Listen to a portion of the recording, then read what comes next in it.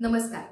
4 ते 6 वयोगटातील मुलांबरोबर चिकूपिकूचे अंक कसे वापरायचे हे आपण आज बघणार आहोत. ही मुलं अगदी हुशार असतात. एकतर या वयोगटामध्ये मेंदूच्या शिकण्याचा जो वेग असतो तो खूप जास्त असतो. त्यामुळे मुलांना जवळ बसवून आपण गोष्ट जशी आहे तशी वाचू शकतो. पण काही वेळेला जर मुलांचा अटेन्शन स्पॅन पूर्ण गोष्ट वाचण्या इतका नसेल तर आधी आपण गोष्ट वाचली आणि मग त्यांच्या आवडीनुसार छोटी छोटी वाक्य बनवून त्यांना गोष्ट सांगितली तर ती छान प्रकारे पोहोचू शकते.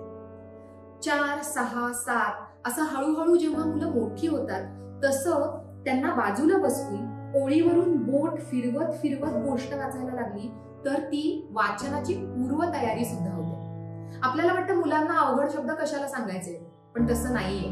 कारण मुलांच्या मेंदूची जी पॉवर आहे, कपॅसिटी आहे ती खूप जास्त आहे. त्यामुळे नवीन अवघड शब्द येऊ देत. आपल्यापेक्षाही सहज प्रकारे मुलं ती वापरणार आहेत. म्हणूनच आम्ही अंकामध्ये म्हणींच्या गोष्टी सुद्धा देत असतो, जेणेकरून मराठी भाषेचा पाया जो आहे तो सुद्धा पक्का होणार आहे. आपल्याला हे लक्षात घ्यायला पाहिजे की इतक्या लहान वयात मुलं जरी इंग्रजी माध्यमात जात असली तरी त्यांची स्वप्नांची भाषा, त्यांच्या बोलण्याची भाषा ही मातृभाषाच आहे. ज्या भाषेत घरी आपण त्यांच्याशी बोलतो तीच भाषा आहे. त्यामुळे गोष्ट ही मराठी भाषेतली, मातृभाषेतलीच त्यांना जास्त छान प्रकारे इमॅजिन होणार आहे.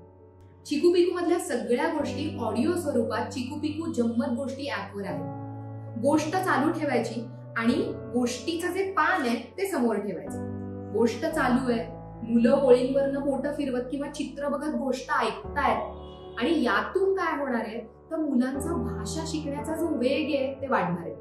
बरेच पालक आम्हाला सांगतात की असे प्रयोग केल्यामुळे त्यांचा मुलगा लवकर वाचायला लागला. काही मुलं तर अशी पण आहेत जी इंग्लिश मीडियमच्या शाळेत जातात पण ते आधी मराठी वाचायला शिकली. तर हे सहज या गोष्टीतून होणार आहे. चिकूपिकू मध्ये काही वेगळ्या हटके ऍक्टिव्हिटीज सुद्धा असतात. ही मुलं हळूहळू आता रंगवायला लागतात, चित्र काढायला लागतात, नवीन काहीतरी करायला लागतात. त्यामुळे थोडा वेळ त्यांना देऊन काही ऍक्टिव्हिटीज ते करू शकणार आहेत. काही मुलं अशी असतात जी म्हणतात की तू माझ्या बरोबर कर.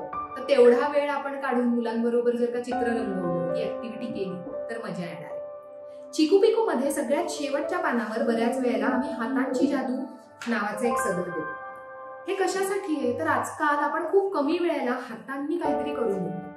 कापणं, चिकटवणं या गोष्टी जास्तीत जास्त होणं गरजेचं आहे.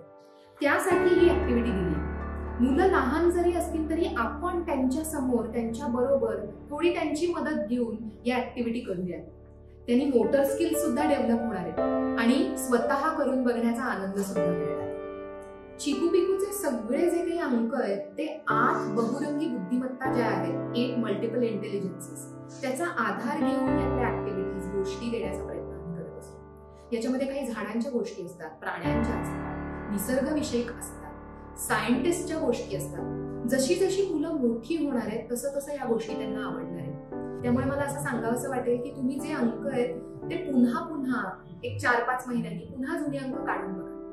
नव्या तऱ्हेने मुलांना ते वापरता येतील. आता माझा मूल 4 वर्षाचा आहे, कदाचित 5 वर्षाचा झाल्यावर तीच गोष्ट वेगळ्या तऱ्हेने तो बघणार आहे. त्यामुळे आवर्जून हे अंक जपून ठेवा. अंक मुलांना दिसतील असे सुद्धा ठेवायला पाहिजे. जेवढ्या सहज मुलांना खेळणी दिसतात आणि मूल जाऊन खेळणं घेऊन येतं तेवढे सहज अंक सुद्धा दिसले पाहिजेत. माझ्या घरी सुद्धा बऱ्याचदा असं होतं की माझा छोटा मुलगा जेव्हा अंक समोर असेल तेव्हा तो घेऊन येतो की मला ही गोष्ट वाचून दाखव किंवा आता हे वाचूया. हे खरोखर घडणार आहे, पण त्याला तेवढा वेळ आपल्याला द्यायला लागणार. आपण सगळेजण बिझी पेरेंट्स आहोत, आपल्याला खूप कमी वेळ मान्य आहे. पण दिवसातला निदान 10 ते 15 मिनिटं हा वेळ, मग तो कधीही असू दे, जेवणानंतर असू दे, जेव्हा आपण संध्याकाळी जातो तेव्हा असू दे, मुलांना जवळ बसवून पुस्तकं, गोष्टी, गाणी, गप्पा याच्याबरोबर घालवायला पाहिजे. कारण हाच आपला क्वालिटी टाइम आहे आणि यातूनच मुलांना पुस्तकाची सवय लागणार आहे, गोष्टींची मैत्री होणार आहे, त्यांचं इमॅजिनेशन वाढणार आहे, भाषा पक्की होणार आहे. त्याच्यासाठी केवळ 10 ते 15 मिनिटं इतका वेळ आपण नक्कीच काढू शकतो. तो वेळ नक्की काढूया. धन्यवाद.